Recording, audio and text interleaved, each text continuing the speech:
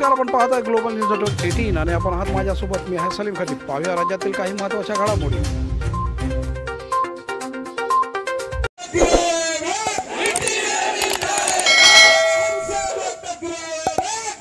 बघा, आज या ठिकाणी शिवा संघटनेच्या वतीनं राष्ट्रीय ओबीसी आरक्षण हक्क परिषद हे बॅनर घेऊन मुंबईच्या आझाद मैदानावर आम्ही कालच्या दसऱ्याच्या दिवशी 2 ऑक्टोबरला 1 दिवसाचं धरणे आंदोलन जाहीर केलं आणि 3 दिवसाच्या तयारीवर आज आम्ही आझाद मैदानावरती हे धरणे आंदोलन केलेलं आहे. त्याच्या पाठीमागची पार्श्वभूमी अशी आहे की ज्या आझाद मैदानावर लोकशाहीचा आणि ओबीसींचा गळा घोटून 2 सप्टेंबरचा नियमबाह्य पद्धतीनं तो GR काढला, त्याच आझाद मैदानावरूनच 2 सप्टेंबरचा GR रद्द होण्यासाठीचा एल्गार आम्ही आजच्या धरणे आंदोलनातून एक टोकन आंदोलन म्हणून या ठिकाणी घेतलेला आहे. आम्ही प्रमुख 5 मागण्या आजच्या आंदोलनात घेतल्या होत्या. त्यातली पहिली मागणी होती की 2 सप्टेंबर 2025 चा आणि 7 सप्टेंबर 2023, 31 ऑक्टोबर 2023 म्हणजे न्यायमूर्ती संदीप शिंदे कमिटी नियुक्त केलेले हे 3ही GR रद्द करा.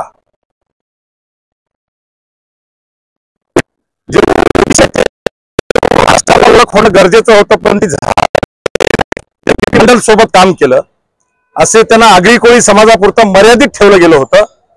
त्या कैलासवासी दिबा पाटील यांचं नवी मुंबईच्या विमानतळाला नाव द्या ही आम्ही दुसरी मागणी केली होती.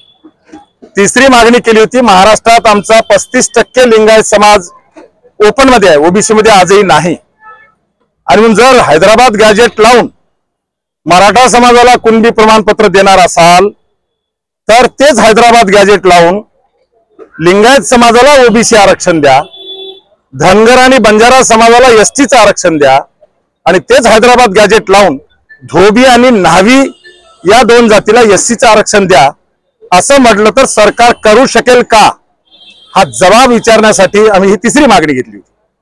आणि चौथी मागणी जी होती, गावखेड्यातला आमचा हा सर्व शिवा परिवार आहे, शिवा मावळा आहे, शिवा संघटना आहे आणि खास करून मराठवाड्यामध्ये किंवा सोलापूर पर्यंत प्रचंड अतिवृष्टी झालेली आहे. शेतकरी उद्ध्वस्त झालाय, संसार वाहून गेलेत आणि अशा परिस्थितीमध्ये सरकारने बघ्याची भूमिका घेऊ नये.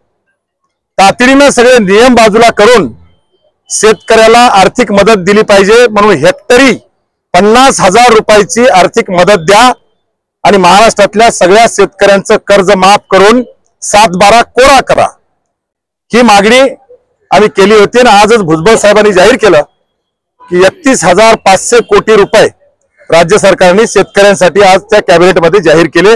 मला असं वाटतंय हे शुभशकुन आहे. आम्ही मागणी आमच्या पत्रकावर घेतली 2 तारखेला की 3 तारखेला दिबा पाटलांचं नाव दिलं असं मुख्यमंत्री खासगीत बोलले. आणि आज जी दुसरी मागणी आहे शेतकऱ्यांना मदत करणे आणि कर्ज माफ करणे, ती मागणी 2 मागण्या जवळपास एका आंदोलनातून आमच्या पदरात पडतात असं सध्याचं चित्र आहे. आणि 5वी मागणी आम्ही घेतली होती की वीरशैव लिंगायत समाजामध्ये मयत झाल्यानंतर दफन करावं लागतं, त्यासाठी जागा लागते, स्मशानभूमी लागते.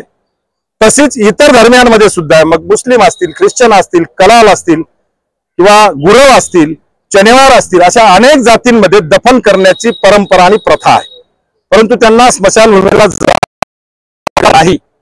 अनेक प्रसंग असे आले की जिवंतपणी तर आम्हाला ओबीसीला न्याय मिळालाच नाही, पण मेल्यानंतर सुद्धा आम्हाला नगर जिल्ह्यातले 2 उदाहरणं पुन्हा. आणि आम्ही मागणी घेतली की महाराष्ट्र सरकारने धोरण ठरवलं पाहिजे, राज्यातल्या प्रत्येक गावामध्ये त्या समाजाच्या धर्म परंपरेप्रमाणे अंत्यविधी करण्यासाठी स्मशानभूमीची जागा उपलब्ध करून द्या. अशा 5 मागण्या घेतल्या आणि इतर आमच्या मागण्या होत्या.